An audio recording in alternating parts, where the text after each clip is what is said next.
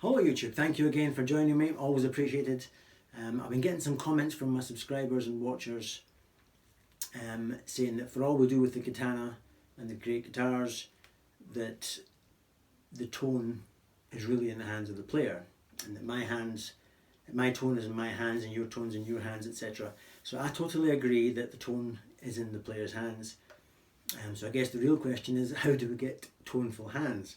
So I've compiled a little list of tips that might help some of the newer players out there starting their journey to getting good tone. See if this helps. Tip number one then. For me it's all about the ears. I seem to notice subtle things in the player that I'm inspired by. So then maybe this is more about the ears than the hands. I seem to notice seemingly insignificant stuff. So here's a few examples of the kind of stuff that I notice. Subtle things like, when I was a kid, the way Don Felder would bend up that famous note with 3 frets and not apply vibrato to the note and not let the note drop. The way Carlos Santana would clip his notes off short, it creates this lovely musical space.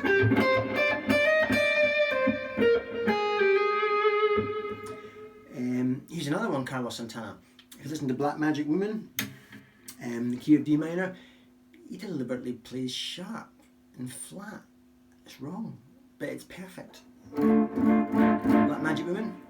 That's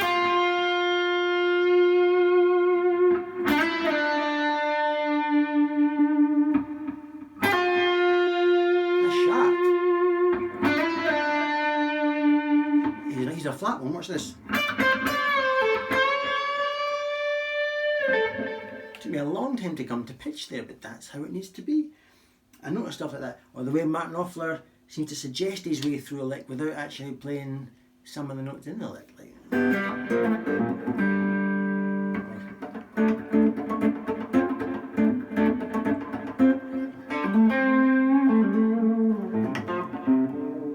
I notice stuff like that. Maybe I'm just weird, but switch your ears on and listen really, really carefully, and maybe it's more about the ability to hear the subtle things, and that might help your hands then go to the next stage. Next tip, record yourself. I record myself all the time, so play your stuff, record it as much as you can, watch the playback and be really, really honest about what you're hearing, and why does it not sound as good as you wanted it to sound. Is it something like just your skills aren't there yet? Fine, that's a whole big journey you'll have to take. But is it the vibrato that's wrong? Is it the choice of notes? Is it there's no dynamics in it? Why does it not sound as good as him? So really be honest and analyse why the playback didn't sound like you wanted it to sound. And that might help you, you might discover something. Next tip, close your eyes. I mean literally, close your eyes, play the blues, preferably in a minor key because you'll feel it more initially as you get used to closing your eyes.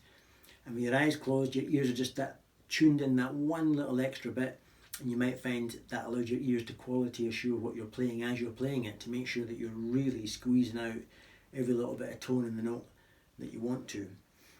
So give that a try. As I say, try it in a minor key, record it, please record it, so you can listen to the playback, and just even if you just concentrate on little phrases, just to see if you can, with your eyes closed, you can really milk all the goodness out of the notes that you're playing.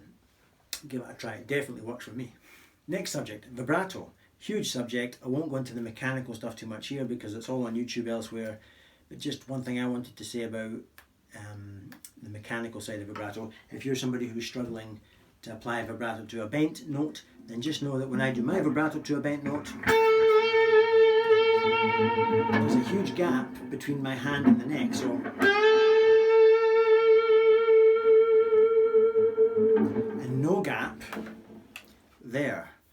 So I've really got my hand angled in such a way as to give my fingers the strength and me the control over the note.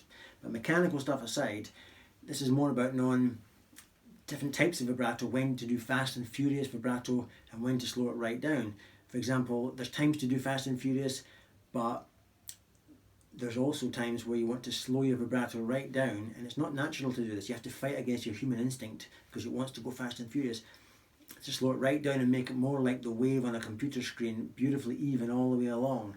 And that's not natural, it takes a bit of work, but it does make it sound really sort of confident.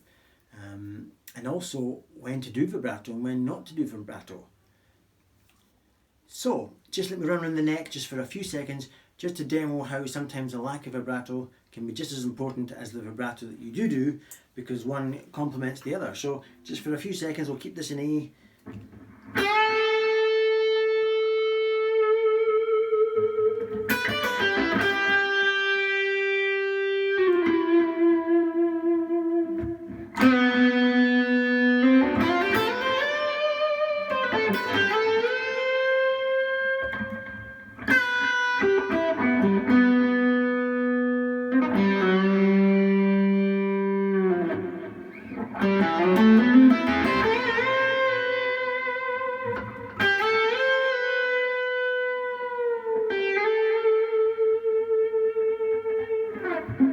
Does that help? I don't know, I think it's dynamic having the contrast between both. Great singers do it. Anyway, give it a try, see what you get out of it. Next thing, damping, and specifically I'm talking about damping with the heel of my right hand, just to take out some of the top end or some of the attack from the note. So if I play it first, an open note with no damping, it sounds like this. Damped, it would sound a bit like this. Slightly warmer. It's nice as well if you just, as soon as you've struck the note, come away and let it resonate. Or sometimes I'll do it the other way around and I'll attack with no damping, and then halfway through the note sustain I'll bring in a bit of damping, and that seems to change the tone of the note. Watch this. I'll start off clean and then damped. Did you hear that? I started off clean, then damped. It seemed to add warmth halfway through the note. I'll do it again. Here's it clean. I killed it there, I did it too much. I don't know if you noticed that, very subtle, but the point is get that involved as and when you need it. Hope that helps. Next one, dynamics. And playing dynamically, that's the ability to go from playing soft and gentle with a light attack to then, full charge the next within a few seconds of each other, and everything in between. In other words, try not to make your playing just monotone with the same level of attack all the way through, or that's going to get really dull. For example, let's try soft and sensitive.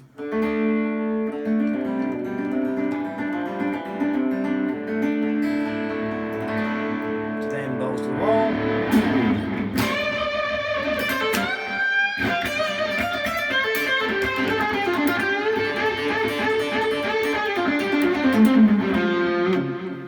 To then, point is the graph, make it as varied as you can, or as varied as the song allows, and it'll just really boost the overall quality of what you're trying to portray. Give it a try. So, if you made it to this far in the video, thank you very much for persevering with me. I hope these tips help somebody out there. In conclusion, for me, it's about the ears and developing good ears, and then that filters down into the hands, and the rest follows.